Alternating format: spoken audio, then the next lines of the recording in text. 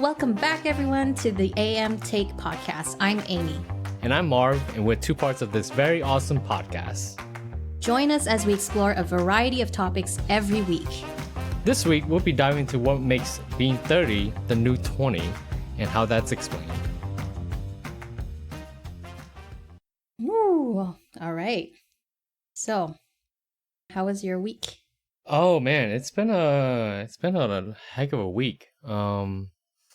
One of my cats got sick, so it's been a lot of back and forth trying to see what's wrong with her and trying to make sure that everything checks out fine. Everything did check out fine. X-ray shows fine, blood test fine. The only thing left to do is an ultrasound, but she's perking back up slowly. Okay. But not sure right now, but she's still young. She's only 10, so we're hoping for the best. Okay, and what was it? She was vomiting? Yeah, she was just vomiting. Dry vomiting. We're not sure if it's because of the food or water or lack of water. Initially, she was drinking water and she would throw up water. So that was concerning.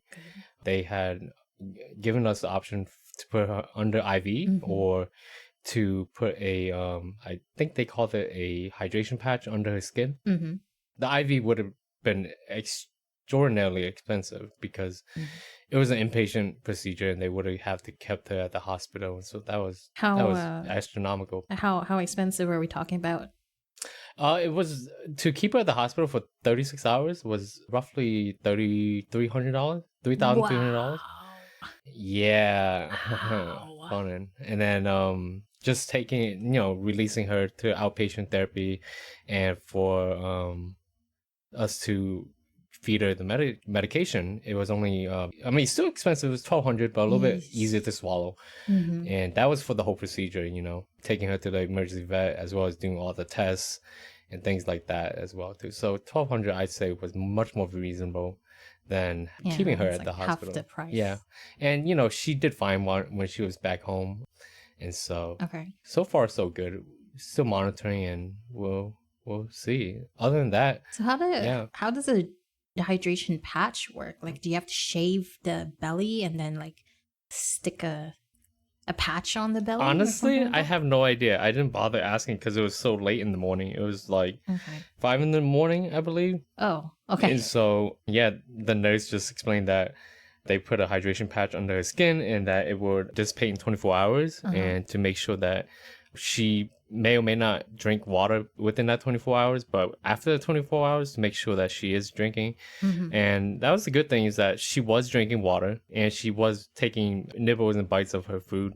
Not as usual or not as much as when she's normal, but definitely at least she's doing something. Yeah, that's the good it's thing. always a good sign when they eat. Yeah, so that's what this week has been. It's been a hectic week in that regard. Damn. But other than that, how about you? What have you been up to? Well, I've been working on kind of like a side project. I've been working on a storyboard for a webcomic, and I've been collaborating with an artist friend of mine. Her name is Gizu. Oh, cool. And essentially, I got the story, she's got the art skills, and we decided, hey, let's try to make this a webcomic on Webtoons. And, nothing is official yet. We're still in the testing phase. And so, and she listens to this podcast, so I want to shout out to Gizu and other people listening to this podcast. Go check her Does she have like page. Oh yeah, I was gonna say, does she have an Instagram or anything like that? Yeah, she does have an Instagram. It's gizu.draws. Gizu is spelled Giza. Wait, let me do that again. Gizu is spelled Gizu.draws. So go ahead and check her out. Show some love. Oh, that's cool. But essentially, I've been working on that, and I'll keep working on that. Aside from that, yesterday was interesting. I met up with my brother and he picked me up. Well, no, actually, I picked him up. I picked him up, and it was the first time, I think. I haven't driven in such a long time. I haven't driven in almost a year. Oh, wow. So I picked him up, And then we went to the restaurant for an early lunch, and he told me, hey, your front tire is looking a little deflated. And, well, thing is, just last week or 2 weeks ago, I had a flat tire, and it was my front left tire. This time it's my front right tire. And so, I was thinking it was odd too, because as I was driving my car, if you let go of the wheel, my car was going to the right. It was just shifting to the right. And so I thought it was an alignment problem, right? Oh, okay. But it turns out to be a very deflated tire. I'm surprised. So we went to the gas station, and my brother helped me just pump the tire. And yeah, maybe I'll have to change to my winter tires soon. Did it stay inflated, or did it go back down or anything like that? Once you guys okay. For now. And so, well, which is why I think that we're just going to monitor it this week and see if it deflates over the week. And if it does, then there's something. I wouldn't be surprised if the same problem happens to this tire. Because the problem with my front left tire was that the rims were so dirty, apparently, that the rubber popped off the rims. Oh, whoa, okay. That's pretty which is why it contributed to the leak of air. So, if the front left tire the rims are so dirty, I wouldn't be surprised if the rims of the front right tire would be dirty. Yeah, that's true. Yeah. Now, when do you guys usually, in Canada, when do you guys usually put on your winter tires? Okay, I think the earliest required by the government is mid-October. Wait, is it mid-October? Anyways, and there's like latest is somewhere in December, like early December. Oh, it's mandated by it's mandated. The government? Yes, it's mandated because it's so slippery. It makes a huge difference. That's crazy. If the cops catch you with 4-season tires or summer tires, wait, how do they know? I guess it's marked or something. I think it's just look at the grooves, because the winter tires have like very deep grooves in the tires, and so it has a better latching mechanism. I don't know, friction, whatever you call it. Yeah, traction, I guess. Traction. There we go. Yeah, so don't get caught by the cops with summer tires in winter. So interesting. Wow. That's crazy. But yeah, anyway, so that was me this week. So on to the topic. So we're both in our 30s. Yep. And I kind of wanted to ask you about how was it for you when you turned 30? And oh man. Yeah, let's start with that. I remember like it was yesterday. Just kidding. It was honestly anxiety inducing. I know for a lot of people, once you approach that hill right before your 30s, while you're still in your 20s, you feel young, invincible. You can do whatever. You're still healthy. Your body responds to whatever. You don't get really tired. Your metabolism's still going. Things of that nature. But it always seems to be when you hit that 30 mark that things seem to slow down. Okay. I know one big thing that happened was I distinctly remember the day after I turned 30, after my birthday, I woke up and I had a sudden back pain. Oh. I don't know. It was just like it was just a sharp, like really quick pain. And I kind of freaked out because I've never experienced anything like that before. Okay. And I realized I was 30 like that morning. And I was like, oh my God, is this the end? Is this it? And so I called my dad and I was like, hey dad, what happens when you turn 30? Do you just like start aching all over? He was like, yep, that's welcome to the club, And I'm like, oh crap. So what was it? Did you ever get it checked out? No, I didn't. It went away, thankfully. Okay. It wasn't anything. I'm sure it was just stress I slept induced? wrong. Yeah, it was stress induced. But it's one of those things you don't think about, and then you're like, oh wait, I'm 30 now. Yeah. Wait, is this part of being 30? This pain, Yeah. So that's what my fear was at that Just time. feel yourself crumbling away as you age. Yeah, it's just those things, and you think about a lot of stuff that you usually don't think about, such as being more active. It's hard to be active. It's hard to go play sports in your 30s without first realizing or making sure that you have a comprehensive health insurance policy in case anything happens, in case you break your leg or whatever, you're no longer on your parents' health insurance. Right. You're on your own. You need to make sure it's covered. Yeah. Just because, I mean, in the States But anyway. you've been in the States. Yeah, but you've been off your parents' insurance for a while now, no? Like ever since 18, no? No, I'd say since 21. Oh. When I signed on with the university healthcare when I was in university, and then from there, I honestly did not have. And then after that, probably 24. From 24 to roughly 30, I believe, I did not have.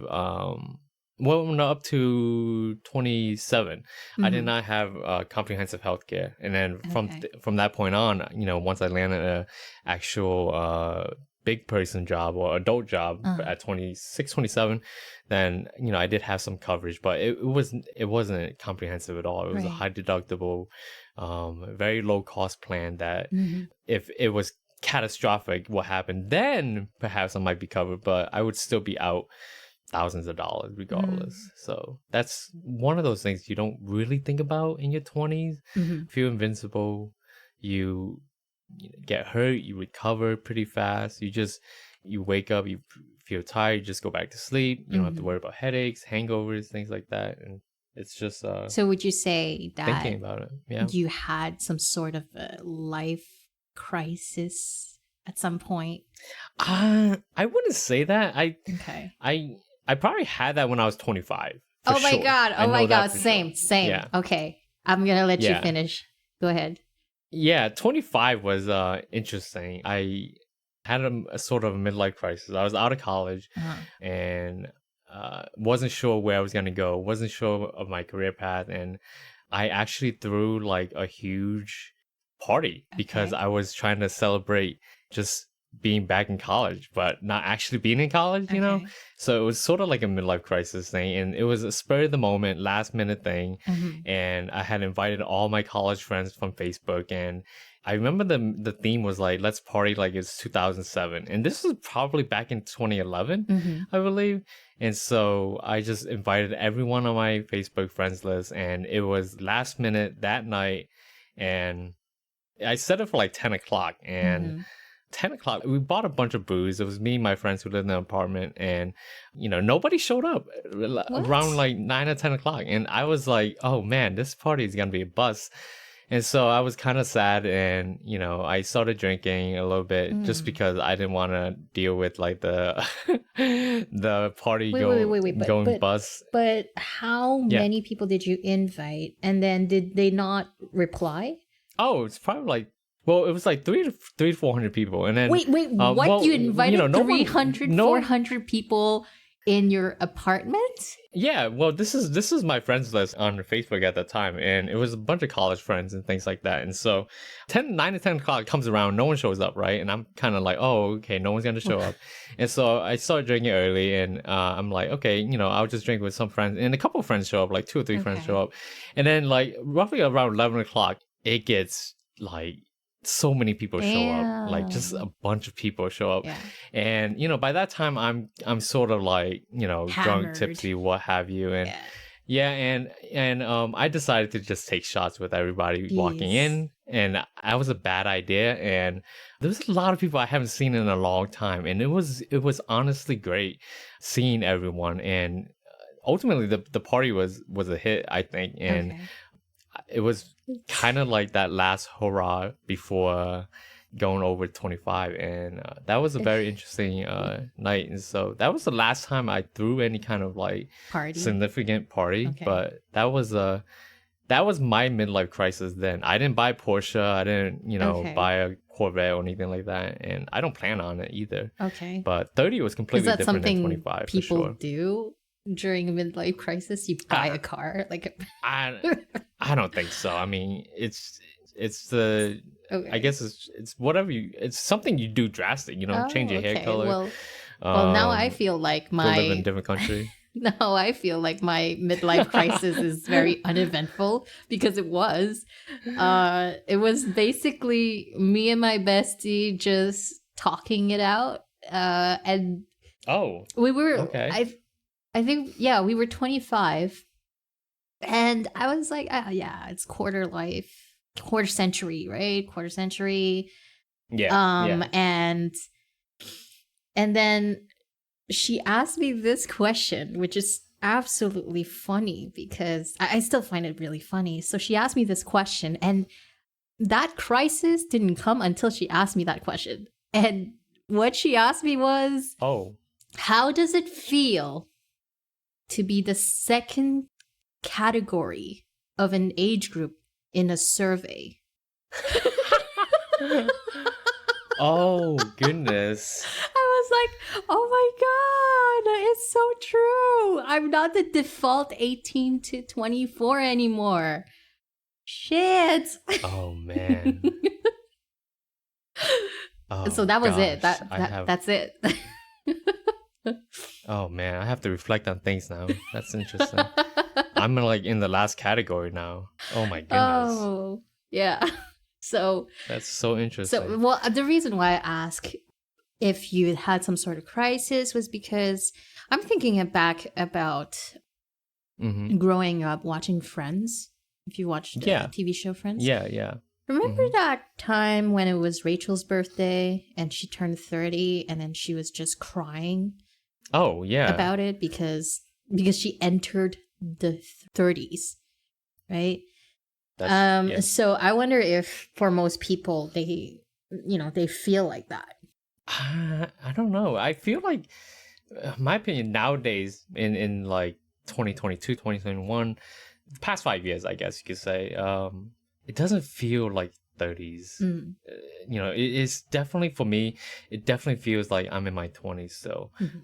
Except the main difference is I have more expendable money Mhm. or cash. I'm mid career. I'm settled into a career. Things are more stable. But at the same time, like nostalgia is a heck of a drug. So, Okay. you know, I still think about things in the past that I couldn't afford, Mhm.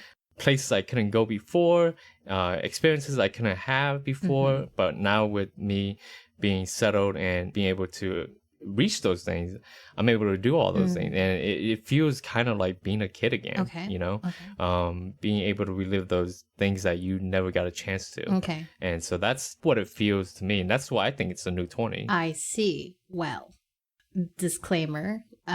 When I looked at the outline, because for this podcast, you wrote an outline, and then there was a list of topics, and one of them was 30 is the new 20. Mm-hmm. And I asked Marv about what does it mean 30 is the new 20. And then I stopped him there. I said, you know what? Never mind. Don't tell me because I kind of want to reflect on it on my own. And then we'll just on the podcast discuss about it. Yeah. And so for you, it would be basically being able to afford doing all the activities you couldn't do when you were in your 20s. Yeah. Okay. It's a positive. It's a net positive for me in general, Well- from my perspective. Yeah, I know you're gonna have a different perspective. So I let's have hear a it. different perspective, and it is a rather negative one. And Mhm. I'm gonna probably go on a rant now. So to me, when I turned 30, I started reflecting on. Okay, before I reflected on this, one thing that's positive when I turned 30 is I bought a new house with Joe. Mhm. And so this is our first home that we own. And after purchasing the home, that's when I started thinking. I started comparing myself to my mom. Oh, So then I was no. thinking, when did she purchase her first home? And it was around, I don't know, when she was in her 20s. And then that got me thinking more and more. And I'm thinking, I'm 30. Sure, I have my first home. I have my car. It's paid fully. But I don't have kids yet. I'm not married yet. And then I think about my mom's situation. When she was 25, she had her first kid, my sister. She was married. She already owned a home. She already owned a car. And then it got me thinking, why is it that, and it's not only my mother, right? It's the previous generation on average could afford all of these things, achieve these life goals at a much younger age. Yeah. And I was thinking, probably it's because economy was good at that time. And well, she struggled with earning money because it's not like she doesn't have like a PhD or anything like that, right? Mm-hmm. So it was, hard earned, what's that expression? Hard earned money. Anyways, Yeah. she worked.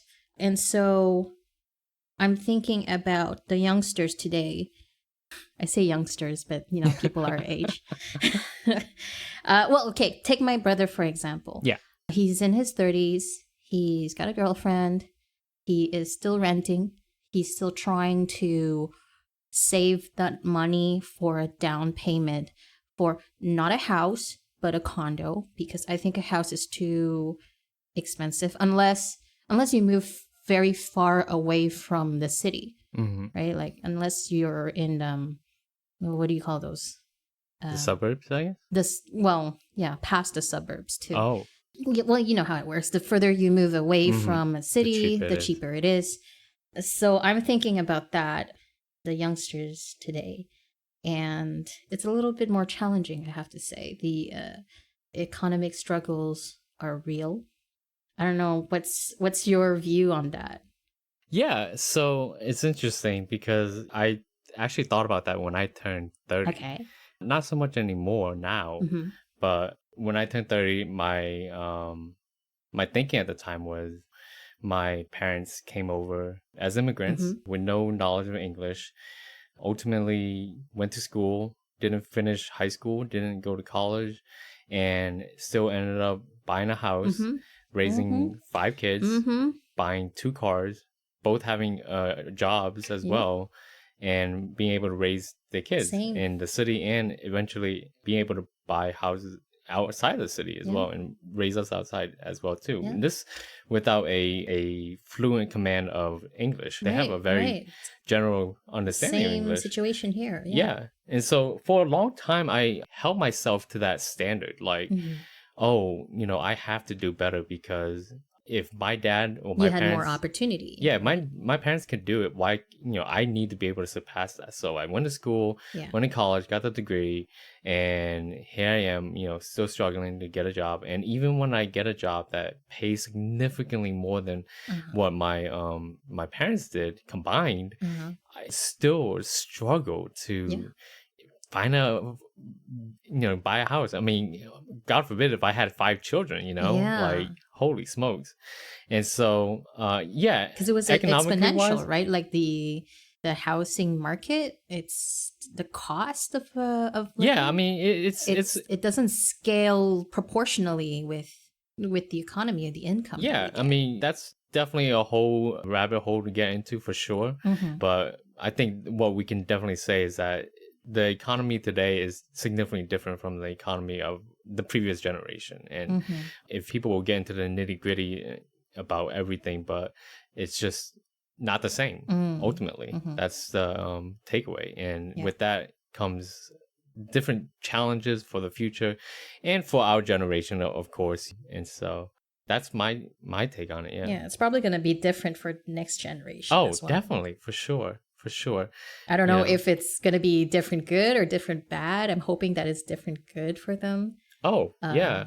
I hope so for the next generation that it's easier for them. I'm very aware that we're getting older, and I'm very aware that there are some of us who are basically living what our previous generation did, which is basically just saying, oh, you guys have to try harder, blah, blah, blah. But I understand it's not that simple. And so it's not always black and white. It's No, always a it's gray not. area. It's so many factors: where you grew up, how you grew up, whether you went to school, your environment, your location, Yeah. cost of living, income disparity, wage disparities. And so this too much to focus on one little thing or to find one Too many solution, I think. factors involved. Yeah, so many factors for sure. Yeah. But yeah, so that was my worry for a long time, but it took me a long time to just get over that and Okay. decide that I'm gonna go ahead and live my life to the fullest, Yeah. to the best that I can. Mm-hmm. And I will try my best, but I'm not going to beat myself up if I can't accomplish the same things, because sometimes there's factors that are outside of my control and I can't, Yeah, absolutely. I have to adjust to them, so Yeah, we do what we that's my can. thinking. Yeah. For sure. Yeah. Essentially, I was just thinking in terms of the economy. That Mm. was mainly what was in my head. And so, how is it for you? In terms of You mean in terms of like meeting people, relationships, and friendship and yeah, stuff like that? yeah, Oh man. You know how you were talking about friends earlier, right? yeah. I think it's a miracle that you have that many close friends at that age, because I swear I don't even have 10 very close friends. I can probably count off like maybe 7 Mm-hmm. friends that I consider are very, very close. Yeah, But man, but it's drastically isn't that different. normal though? I guess so, but it feels so different from in your college days where you have a bunch of friends. Oh yeah, for sure. Yeah, and you all Um, hung out together at some point. yeah, It's not like now where like even my closest friends I rarely see, and I rarely talk. But yeah, when we do talk again, like we talked about in the last episode, just like the online friends, you catch up to the point where you guys left off, and it right, feels like right. nothing's changed, and that's it. That's Yeah, always a great feeling. Yeah. yeah. And keeping friendships is hard. Dating wise, it's been very interesting. Mm-hmm. Not the greatest dating, especially with online dating apps, is not great at all. It's not for you. I don't think so. I prefer to meet people in person, but Okay. obviously in the past 2 years it hasn't been exactly great. But Yeah. I definitely prefer meeting people in person just because you can see the body language, the nuances in their speech, and Well, I mean, their eventually with online dating apps, you eventually meet these people in person, but you're talking about even getting to know them. You'd prefer physically first. oh yeah. Okay. Yeah, definitely. Because like there's a lot of things you lose via text. Okay. Sarcasm can be taken the wrong way. Oh, that's Or true. yeah, delivery is not there, especially if you're trying to be funny. They might be taking it dry when it's supposed to be funny or something of that nature. It's just more organic, I guess you Yeah. could say, in person, because then you can catch someone's attention. You can on in the dating apps, like Hmm. there's so many people that whether or not you're talking to someone, there's always somebody else to talk to. Right, right. So your attention is always elsewhere. It's never focused. Yeah. But when you're in person, at least for that very beginning, that 1 to 2 minutes, Uh-huh. you have someone's direct attention and you're focused on somebody, and then you can make an impression and you go from there. With online dating apps, it's like you don't get that. You send a Yeah. message, you hope to be different. You can't just say hi apparently, and then you hope they respond back. And it's pretty obvious if you think about it that it's a constant machine where they're trying to get people to buy into it for more exposure, for more likes and things like that. So I just see it as like a revenue generating machine basically. So Okay. I don't really buy into it. I mean, it's fun to waste time. I mean, most people see it as a game. I see it usually as a game. You have nothing else to do. It's like a fidget spinner. You just swipe, swipe, swipe, swipe until you It don't is. swipe anymore. It and is then, kind of fun. Yeah. yeah. But that's definitely much more difficult to meet new people, especially throughout the pandemic. These past Oh two yeah, to three for sure. years, because I'm thinking here, meeting new people, you need the opportunity for that, and usually it's through gathering of some sort, right? Like an event or a festival, or let's say if you're volunteering for the same organization. But with the pandemic, it pretty much shut down everything. Oh, So definitely. a lot of people turn to online dating. Yeah, for sure. Yeah, it's definitely interesting. I don't particularly care for it, but it's easy to fall into the I guess the mental draining aspect of it. It is mentally draining, especially if you're dealing with X number of people at a time. Mm-hmm. You may deal with two people with the same name, conversations lag, and then you forget what this person is talking about, Oh and vice no. versa. Yeah, it's it can get messy, Okay. and then you have to like eventually make a decision where you want to focus on one person, and then you either put a pause on everyone else, or you tell everyone else that you found somebody that you're interested in, Uh-huh. and then things go sour with the person you decided to focus on, and then you're back on the apps again. So it's just constant cycle of like rinse and repeat, I guess you could say. And you know, Yeah, it's been a while. I yeah. haven't been on a dating app, and yeah, I didn't think Oh, about now, that. well, I mean, yeah, I haven't like the pandemic was when I used dating apps for the first time. Uh-huh. I was in a long-term relationship prior to that, so I had no experience. And jumping onto there was a brave new world. Uh-huh. It was definitely interesting, and it was frightening at the same time. And I was very innocent when I first started, and very truthful Uh-huh. and very upstanding. And I figured out really quickly that that's not the way you want to go about it, because everyone is it's cutthroat out there, I guess you could say. Yeah, I So guess. You wanna be like a peacock amongst the selection. yeah, yeah, typically. I've found my way through it as well too, and I've had some success, but it's definitely hard to find anything of substance, Mm-hmm. I think, from a dating app, just because there's always that FOMO where like, oh, there might be somebody better, blah blah blah. But Mm-hmm. if you go in with a not I don't want to say objective, I feel like it's the wrong word, but I feel like if you go in it where you decide that you will date intentionally, Mm-hmm. and that you will not lower your standards, or I guess just settle for anyone, then you're gonna get fewer people that Yeah, you talk to, for but sure. you may get more people that are of higher substance, I'd say, Mm-hmm. who actually give you the time and energy that you are looking for at the same time. Mm-hmm. And with dating apps, there's so many people out there that people get nervous at the smallest thing. Instead of talking things through, they will just leave at the slightest conflict or anything of that nature. But Oh, sometimes, yeah. yeah, sometimes at the same time, you don't know someone for sure until a few Because they're not. weeks or months down the line. Yeah, because they're not that invested And yet. yeah, and then you realize that, oh, hey, this person is never gonna work out with me, or I'm Mm-hmm. never gonna fit their mode, or I feel like we're not gonna be compatible in the long term. And Mm-hmm. so that's where you get ghosting and those things from. So Mm. yeah, it's a lot of dating. It's weird.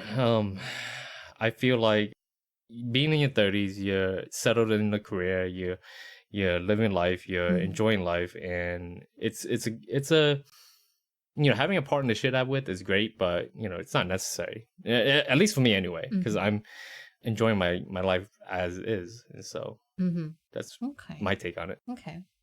Interesting. I have a different view Yeah, for dating yeah. apps, and I understand that it's a very individual experience as well. Like Mm-hmm. it differs from person to person. I mean, I met Joe through a dating app, Mm-hmm. and yeah, it worked out for me. I know a few other people as well that met their significant others or partners, what have you, through dating apps. And yeah, like it's a very personal experience. It differs. Not to mention, I think it's a slightly, well, slightly, maybe it is an understatement. Um, it might be more difficult for men than women. I've heard Oh, definitely, a yeah. lot of that. So Mm-hmm. I do acknowledge that. But yeah, interesting take on the relationship aspect when you're in your 30s. Oh, yeah, and Definitely when you're in your 20s, I find that you have the means to meet a lot more people because I'm assuming you're still in school, mm-hmm. and that alone, right? Like you get to meet your classmates daily, you get to form so many new connections, Yep, yep. and definitely different when you're work from home. Oh yeah, and you definitely are very much more attractive in your 20s for sure. Well, there's that aspect too.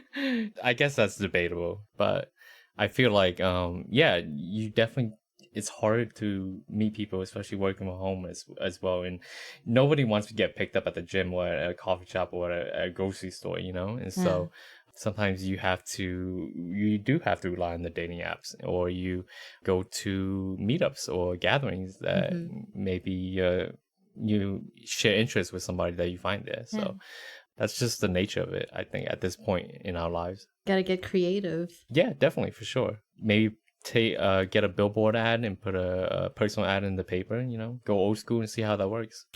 You just never know. Yeah. But I think that about sums up our discussion. Thank you guys so much for listening. Let us know if you have any questions or topics that you'd like us to talk about in the future. You can write to us at theamtake@gmail.com. That's theamtake@gmail.com. Yeah, and don't forget to check back every week for new episodes. Next week, we'll be talking about our experiences in school growing up and how it affected us. We'll see you then. Bye.